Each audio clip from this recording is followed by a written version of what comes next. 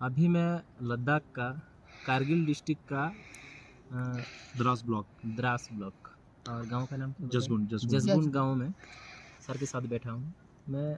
एक दो सवाल है मेरे मन में जो उनसे पूछना चाहता हूँ, एक छोटा सा क्लाइमेट एक्टिविस्ट होने के नाते। ये भी खुद बताया कि ये काफ़ी सारे काम कर चुके हैं।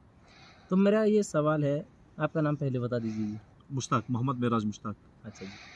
हाँ जी, मैं ये कहना चाहता हूँ, आप जब से आपकी उम्र तकरीबन 35-40 साल मेरे नज़र से, तो उस टाइम पे यहाँ का क्लाइमेट क्या था और अभी आप क्या देख रहे हो? क्या डिफरेंस आपको दिखाई दे रहा है? भाई जब हम छोटे हुआ करते थे तब बर्फ़ जो थी वो बहुत ज़्यादा आया करती थी, ठीक है।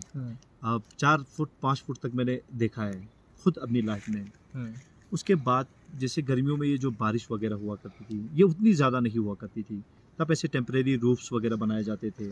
उसके बाद तो अभी जो गर्मी में बारिश अचानक हो जाती है, ये क्लाइमेट चेंज की वजह से हो रहा है? बिल्कुल, ये जो रेनफॉल का ज़्यादा होना या बर्फ़ का कम होना, जैसे आपने सुना होगा कि जैसे हर साल ये नए-नए वीडियोस आते हैं कि भाई रिकॉर्ड टाइम पे जोजिला खोला गया। वो रिकॉर्ड टाइम पे इसलिए खोला जाता है क्योंकि पहले की तरह बर्फ़ नहीं आती अब।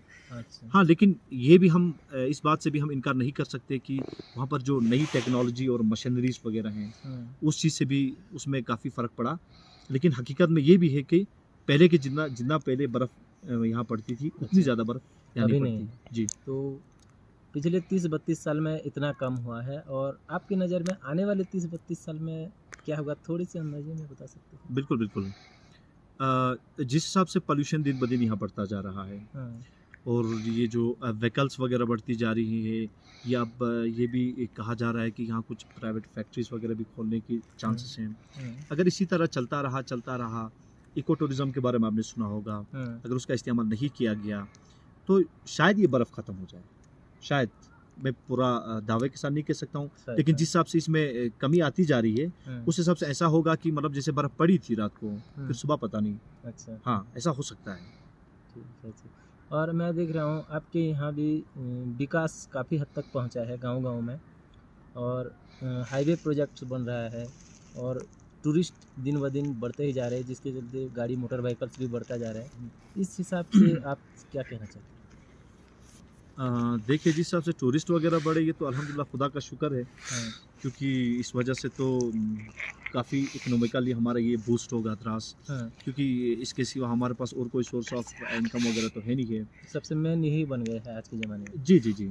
आज के ज़माने में ये तो वैसे तो हर जगह है, लेकिन जैसे आप देखेंगे यहाँ से अगर आप करगिल जाएँगे वहाँ पर कुछ ऐसे फ्रूट्स वगैरह हैं जिनकी वजह से वो कर सकते हैं। यहाँ पर अब पहले क्या हुआ करता था कि पॉपुलेशन बहुत कम हुआ करती थी, तो अपनी जो ज़मीन है उससे भी थोड़ा बहुत इनकम बंदा जनरेट कर सकता था। लेकिन आज की डेट में जैसे मैंने आपको पहले भी बोला है कि इनकम जो है वो दिन ब दिन बढ़ती, ये पॉपुलेशन जो है वो दिन ब दिन बढ़ती जा रही है। अब जो ज़मीन से ज़मीन में प्रोड्यूस किया जाता है वो अपने घर के लिए बराबर नहीं होता तो बाहर क्या करें उसका। और दिन ब दिन ज़मीन का क्योंकि केमिकल वगैरह यूज़ करके उसका प्रोडक्टिविटी भी कमते जा रहे हैं। जी, जी, जी। उसका इशू ये है कि पुराने ज़माने में यहाँ पर खाद के लिए जो भी इस्तेमाल होता था वो बायोडिग्रेडेबल रिसोर्सेज का इस्तेमाल होता था। जैसे कि काऊ डंग हो गया। जैसे काऊ डंग हो गया। अच्छा, उसके बाद जैसे क्या कहते हैं, ये बकरी वगैरह रखा करते थे, फिर जब वो गीला करते थे तो उसके लिए मिट्टी लगाना पड़ता था। तो ये सारे जो थे ये इन्वायरमेंट फ्रेंडली थे। अब जैसे पुराने ज़माने की तरह यहाँ माल मवेशी तो रखा नहीं जाता, बहुत मुश्किल से लोग दूध के लिए एक गाय रखते हैं, तो उतना जो खाद है वो प्रोड्यूस नहीं कर पाते हैं। उसकी वजह से जो यूरिया, एंटीसाइड्स, पेस्टिसाइड्स, वेडिसाइड्स वगैरह जो है उसका ज़्यादा से ज़्यादा इस्तेमाल होता है, ठीक है। उसकी वजह से अब जैसे आप जानते ही हैं कि वो तो इन्वायरमेंट फ्रेंडली नहीं है। वो वक्ती आपको देगा, अच्छा क्रॉप प्रोडक्शन देगा, लेकिन वो धीरे-धीरे ज़मीन की जो फर्टिलिटी है उसे वो ख़त्म कर रहा है। ठीक। और एक सवाल, जैसे कि यहाँ टूरिस्ट बहुत आते हैं और आने वाले टाइम पे भी आएंगे, तो टूरिस्ट के लिए क्या सलाह है, और अगर टूरिस्ट आ रहे हैं तो उनको क्या सावधानी बरतनी चाहिए जिससे कि यहाँ के क्लाइमेट को बुरा असर ना पड़े? देखिए, सबसे पहले अगर वो आ रहे हैं तो जैसे जो भी लद्दाख आने का प्रोग्राम बनाएगा वो यहाँ के क्लाइमेट के बारे में पूरी जानकारी लेकर आएगा। तो मैं उनसे ये कहूँगा कि सबसे पहले तो थोड़े से मोटे कपड़े लेकर आ जाएँ, तो क्योंकि यहाँ के मौसम का कोई भरोसा नहीं। ऐसा नहीं है कि बहुत ज़्यादा सर्दी होगी गर्मियों में आपको, लेकिन फिर भी एहतियात में रखना बहुत ज़्यादा ज़रूरी है।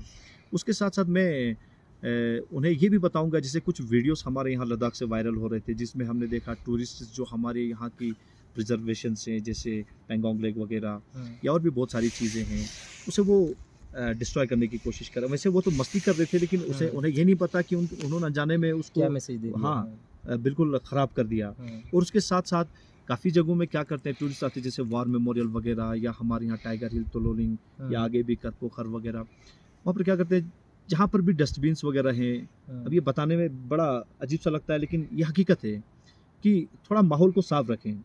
और उसके साथ-साथ मैं अपनी गवर्नमेंट से भी इस चीज़ के लिए अप्लाई करूँगा कि जितना हो पाए यहाँ पर इको टूरिज़्म को सपोर्ट करें, अच्छा। ठीक है? क्योंकि बहुत सारे टूरिस्ट का भी ये शिकायत रहता है, जैसे आप देख रहे हैं प्लांटेशन बहुत ज़्यादा कम है, ठीक है? हम्म, अब इस माहौल में इतने ज़्यादा लोगों को एक साथ अकोमोडेट करना भी कोई आसान बात नहीं है। हो हम्म, सकता है कि इससे इस पॉल्यूशन ये हमारे एनवायरनमेंट को काफ़ी ज़्यादा डिस्ट्रैक्शंस का सामना करना पड़े। ठीक। बहुत बहुत धन्यवाद जी, काफ़ी सारी चीज़ें इनसे हमने सीखने को मिला। और जो भी टूरिस्ट आ रहे हैं इनको हाथ जोड़ के विनती है कि वो लोग यहाँ के क्लाइमेट को एंजॉय करने आए हैं, तो प्लीज़ वो भी सावधानी बरतें, इधर इधर कचरा ना फेंके, और जितना हो सके मैं बोलना चाहूँगा इधर आके पानी का कम यूज करें, क्योंकि पानी जो है जल ही जीवन है। धन्यवाद।